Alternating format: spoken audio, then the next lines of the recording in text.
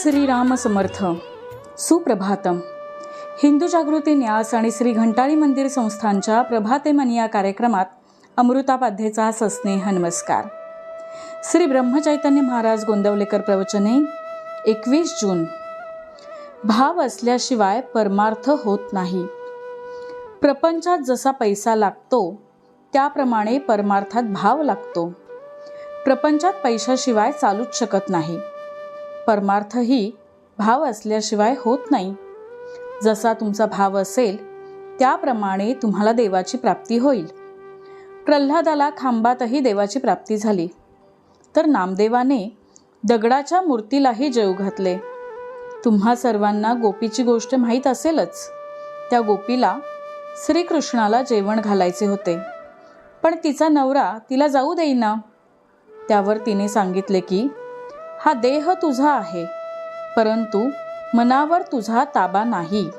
असे म्हणून ती त्याच्याजवळ देह ठेवून श्रीकृष्णाकडे गेलीच की नाही.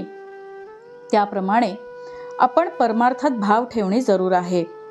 पण असे आपण नुसते म्हणून काय उपयोग? तो सर्वव्यापी आहे, सर्वसाक्षी आहे असे आपण म्हणतो, पण आपण पापाचरण करायला भीतो का? तो आपल्याला पाहतो आहे असे पक्के वाटले तर आपल्याकडून कधी पाप होईल का? पण आपल्याला तसे वाटतच नाही. आपल्यासारख्या आस्तिकाला देव हवा असे वाटते खरे, पण हवाच असे वाटत नाही. आपल्या प्रपंचाच्या मदतीसाठी देव हवा असे वाटते. प्रपंच असावाच असे आपल्याला वाटते, आणि भगवंत मात्र असला तर बरा असे वाटते. याच्या उलट भगवंत असावाच आणि प्रपंच असला तर बरा असे वाटायला पाहिजे. प्रपंचाची आवड असू नये, पण प्रपंचातल्या कर्तव्याची आवड असावी. देहाने ते कर्तव्य करावे आणि मनाने मात्र अनुसंधानात असावे.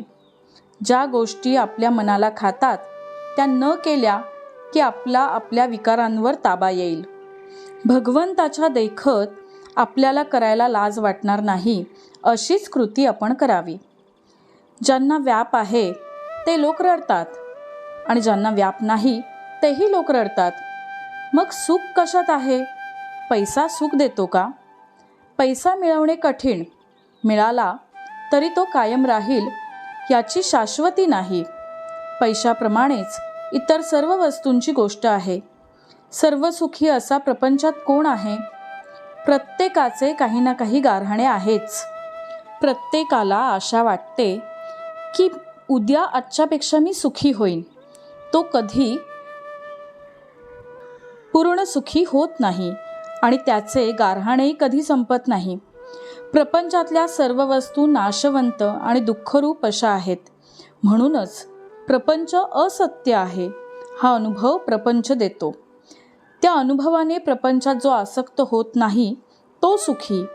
अनुभव विसरून जो आसक्त होतो तो दुःखी. सुख हे समजुतीमध्ये आहे, आणि भगवंताचे होणे हीच समजूत तेवढी खरी आहे. बोधवचन. प्रपंच अनासक्तीने आणि आनंदाने करणे हाच परमार्थ. आजचा हिंदू कर्तव्य दिनविशेष. आज वटपौर्णिमा. हे महिलांसाठीचं श्रेष्ठ व्रत आहे. या दिवशी तीर्थस्नान, दानधर्म आणि पतीच्या दीर्घायुष्यासाठी उपवास करतात. वटवृक्षाची पूजा व फेरेही घालतात. या दिवशी अमरनाथ यात्रा सुरू होते. घंटाळी मंदिरामध्ये सामूहिक वटपूजन आणि नंतर वटवृक्षाचे रोपण होते. त्याचा आपण आवर्जून लाभ घ्यावा. या दिवशी शिवरात्रीसारखे व्रत करावे. हा दक्षिणानंतरचा दुसरा दिवस, अर्थात कर्क संक्रमण. मंडळी, रामरायाचे आणि श्री घंटाळी देवीचे शुभाशीर्वाद तुमच्या सर्व कुटुंबावर अक्षुण्य राहोत ही प्रार्थना. जानकी जीवन स्मरण. जय जय राम.